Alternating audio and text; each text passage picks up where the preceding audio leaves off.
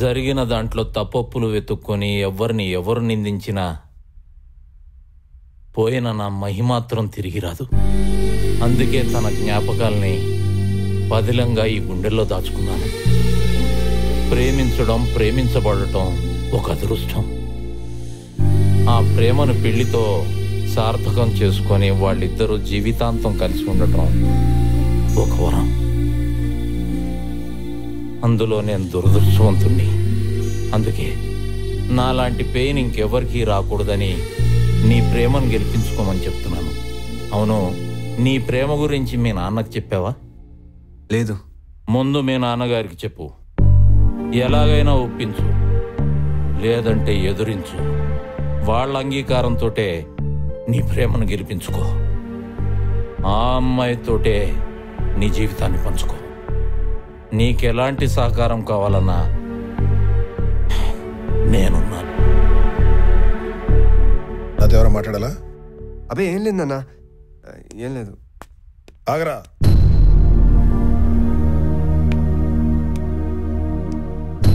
నేను ఇప్పటి వరకు నా పిల్లల్ని ప్రేమగా పెంచానని అనుకున్నాను. నా నమ్మకం నిజమే అయితే నువ్వు చెప్పాలనుకున్న విషయం చెప్పకుండా వెళ్ళావు. అదేం కాదు నాన్న, నేను మీతో మాట్లాడాలనుకున్న విషయం. లవ్ చేసావా? లవ్ చేసావా? లవ్ చేసావా? ఆ విషయం మీతో ఎప్పటి నుంచో చెప్పాలనుకుంటున్నాను నాన్న.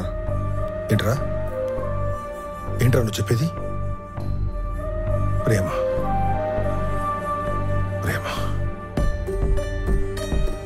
నా కుటుంబాన్ని దాన్ని బారిన పడకుండా కాపాడుకోవాలని ఎంతగానో ప్రయత్నించాను. పగబట్టిందిరా ప్రేమ నా మీద. అది కాదు నాన్న.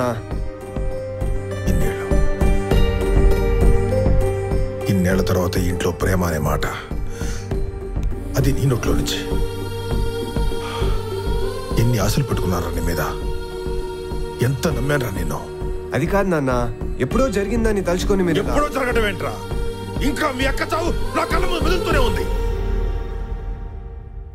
దానికి కారణమైన ప్రేమ అన్న మనిషి అన్న ద్వేషం, అది నేను చచ్చేంత వరకు ఉంటుంది. నాన్న, ఇప్పటి వరకు ఎప్పుడూ మీ మాటకి నేను ఎదురు చెప్పలేదు.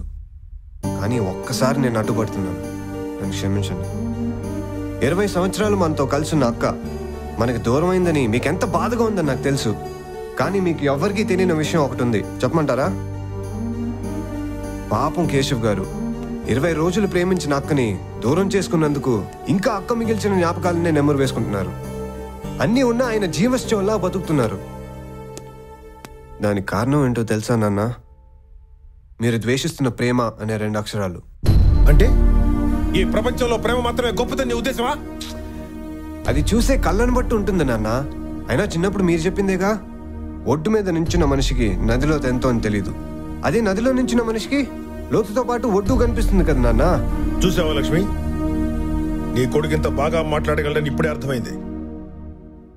ఇంకా ఒడ్డు మీద నుంచున్నానని బాగా అర్థమయ్యేటట్టు చెప్పాడు. నేను కావాలో అమ్మాయి కావాలో తేల్చుకోమని చెప్పేంత కసాయిని కాదురా, కన్న తండ్రిని. కానీ లోతు తెలుసుకున్నాక ఒడ్డుకు చేరుకోవడానికి ప్రేమ నది కాదురా, సముద్రం. ఆ సముద్రాన్ని జయించే శక్తి నా ప్రేమకు ఉంది నాన్న, అర్థం చేసుకోండి.